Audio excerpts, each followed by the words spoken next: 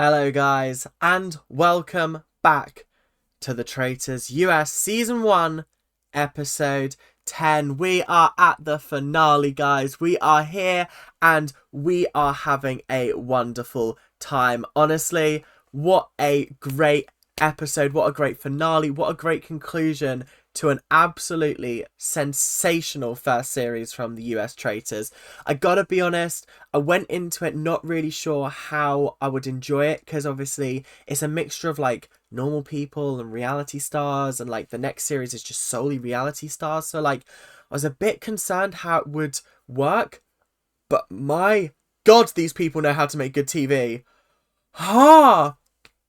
Honestly, it's so crazy to me how like the reality stars are the ones that are really memorable from this series. Like there are like a couple of the civilians that like have stood out in my mind, but most of the ones that have stuck with me are definitely the sort of celebrities. So I don't know, I feel like it's a wise move for the US to sort of focus solely on sort of like celebrities playing the game, because I think it just adds like an extra level of deception to it, because obviously these are people you know, whereas like I feel like any normal person can lie, but can celebrities? That's the real question, and that's what I find so interesting in this game. So let's get into this episode, but first a word from someone that wants to talk to you guys.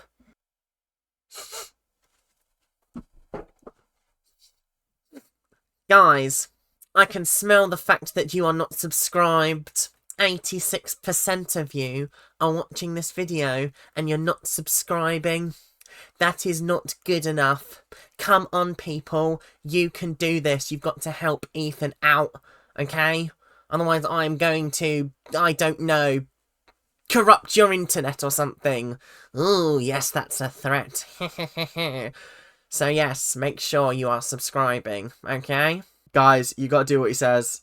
Like, he's getting a bit crazy. I'm having to put him back in his cage a bit too often now. Like, oh my goodness, I'm scared he's gonna hurt someone. Flipping heck. Right, let's just get straight on with the voting time. I know this is the second episode this series that we've started with a voting time, which is absolutely crazy. I'm not used to this. I'm not used to it, but we did finish off last time with Kate voting for Christian, Ari voting for Christian, Christian voting for Kate, Quentin voting for Kate, and it came down to Andy versus Christian. Who is going to go home?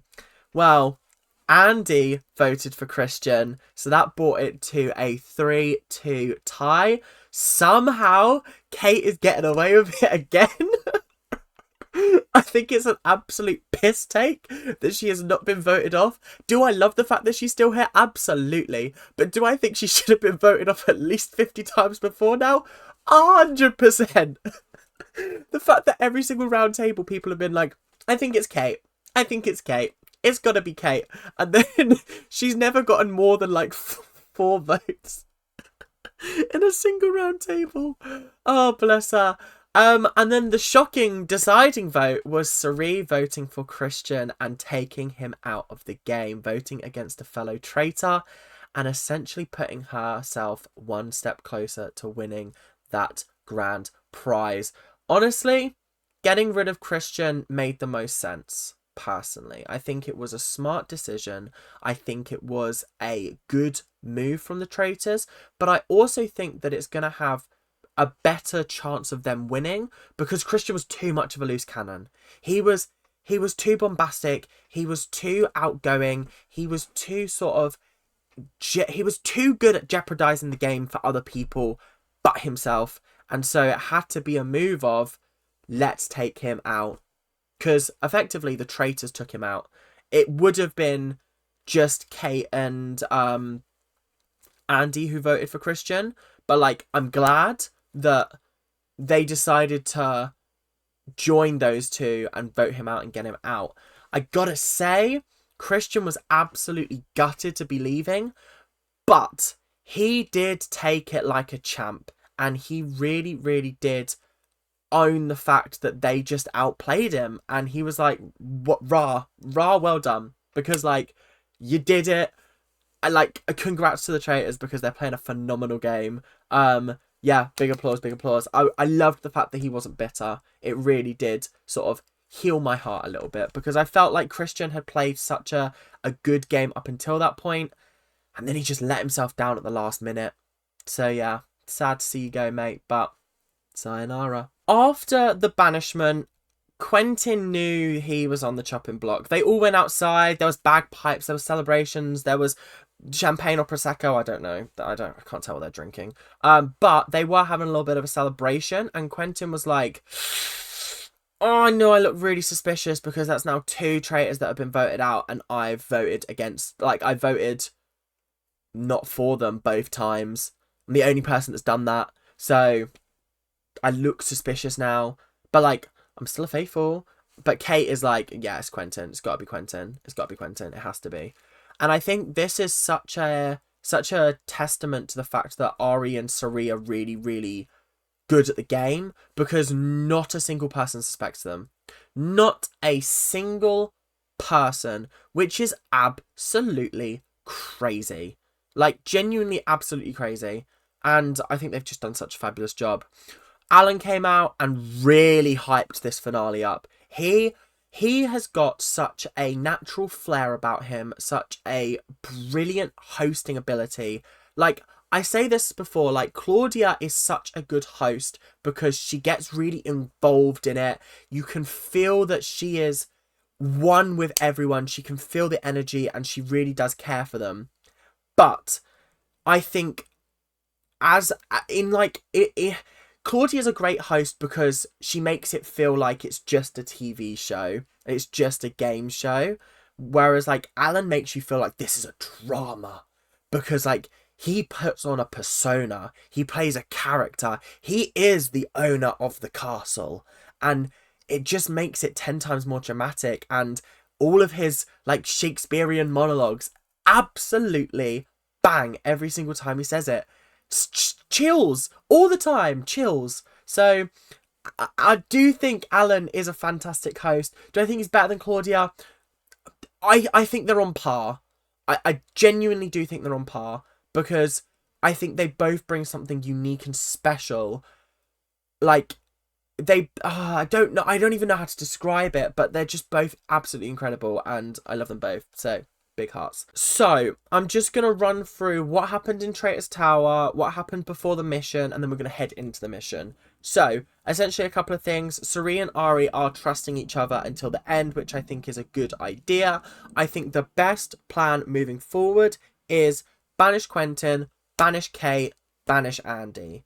In that order. If they get Quentin out, that drops the numbers to 4, which means that it's now 2 traitors, 2 faithful. Then they can team up and go, okay, it must be Kate then. Get Kate out, and then it's a 2v1. They can get rid of Andy, and then, obviously, those 2 can split the money.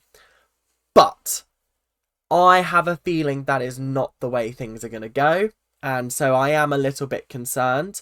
I do feel a bit nervous. I think Sari is also like, I don't know who I can trust. But then the next day, Ari was like questioning Quentin, really sort of like driving home the fact that he thinks it's Quentin. And then Kate was like, yeah, I want to get rid of Quentin, talking to Andy. And I just thought, like, this is going to be an interesting one, because Ari and Kate are going for Quentin. Andy and Quentin are going for Kate. So once again, it's fucking down to Sari. Sari has got the final say in the matter. And that's concerning for a number of reasons. So the mission was fairly simple. I'm just going to run through it really quickly. They had to get in a helicopter, which took them to the middle of Loch Glass, which I thought was really cool. Then 2 of them volunteered to go into a helicopter, dive out. That was Ari and Kate. Kate really got stuck into this mission, and I was really, really proud of her. I thought she was absolutely incredible. She solved one of the puzzles later on in the episode. I thought Kate really pulled it out the bag in this episode, and I was very, very impressed with her.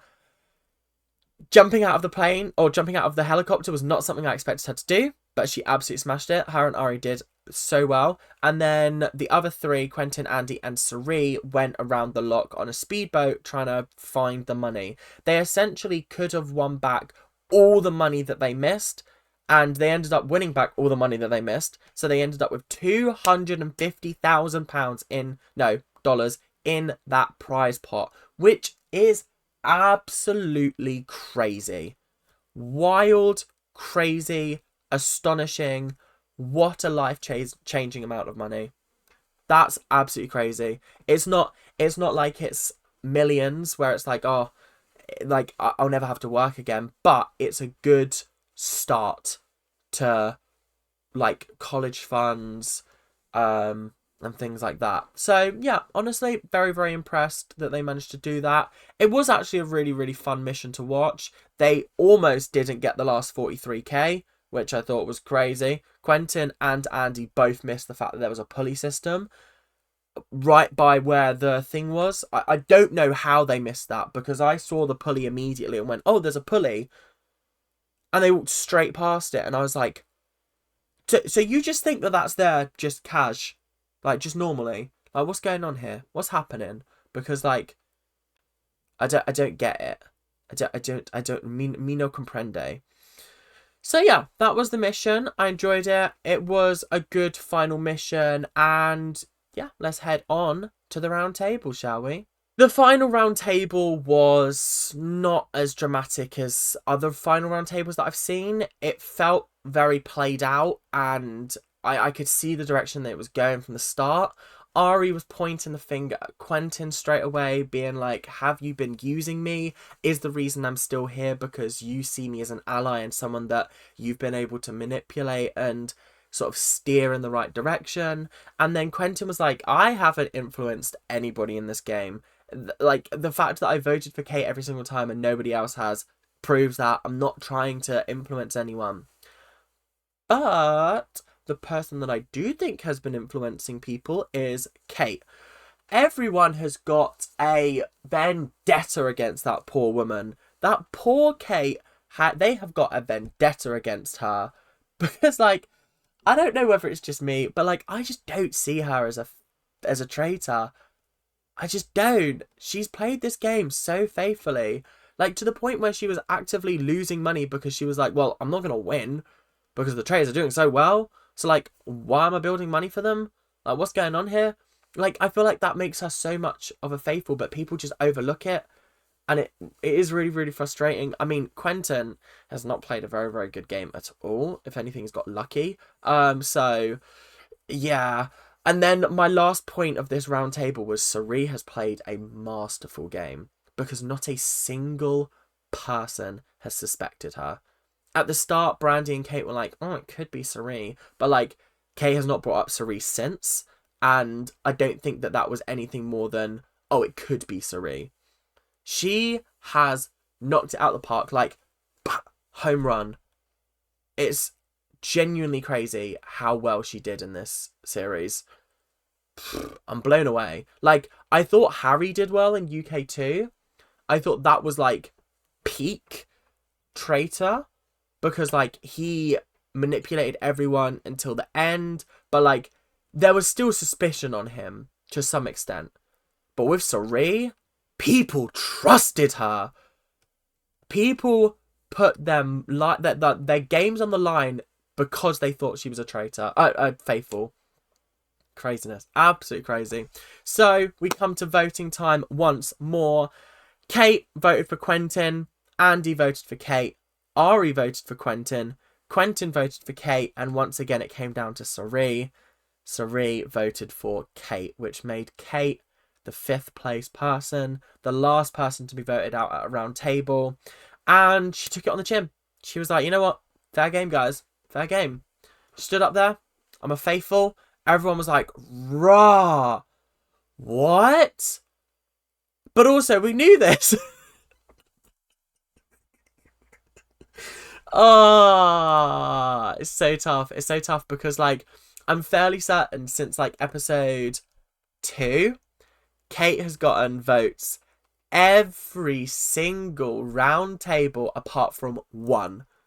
There was one round table where she didn't get any votes. I'm pretty sure it was the one where Cody got voted out as well. Oh, bless her. Honestly, honestly. Tough, tough, tough.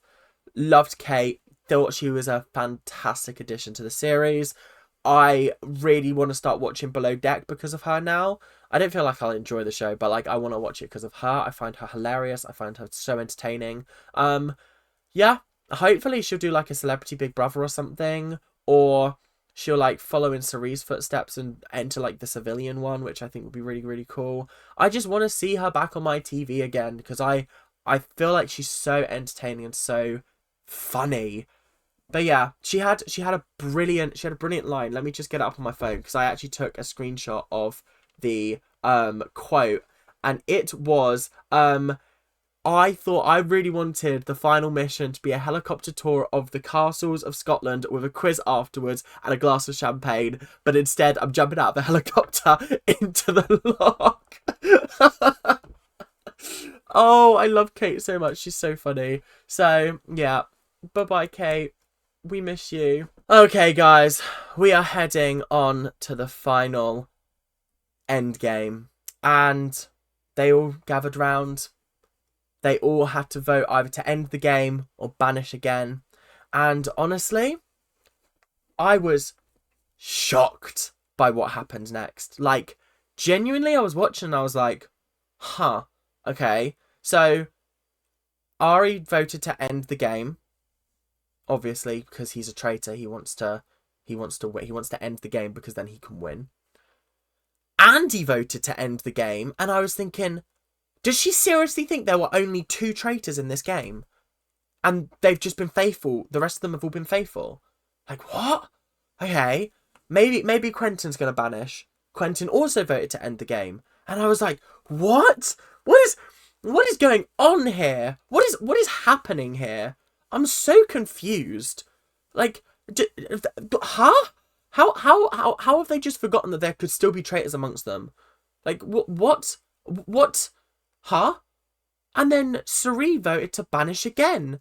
And I was like, what? Because she had the chance. The fact that the other 2 or the other 3 all voted to end the game and she chose to banish again. What? I was so, like, it caught me so off guard. And I think in that moment, Ari knew he was fucked. In that moment, Ari knew that he was getting voted out. And I felt bad for the man.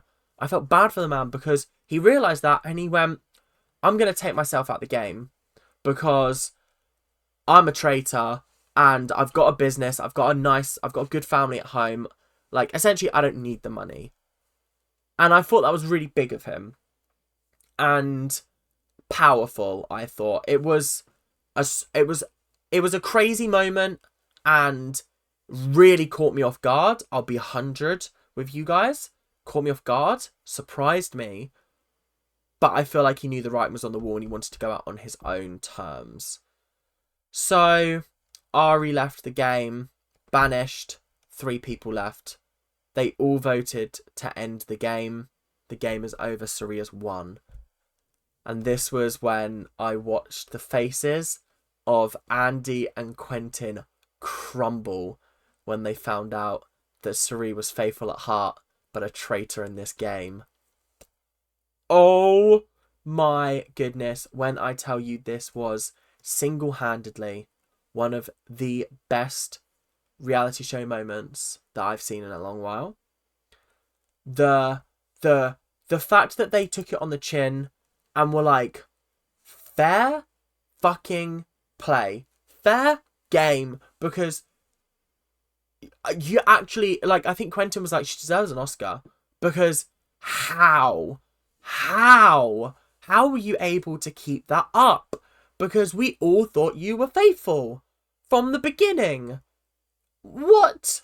And you were a traitor this whole time.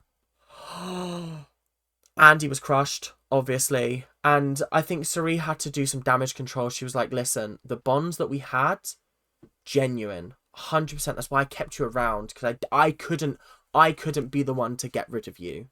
I didn't want that. I wanted you here with me. But I also knew that if you were here at the end, I would have to do this if I won.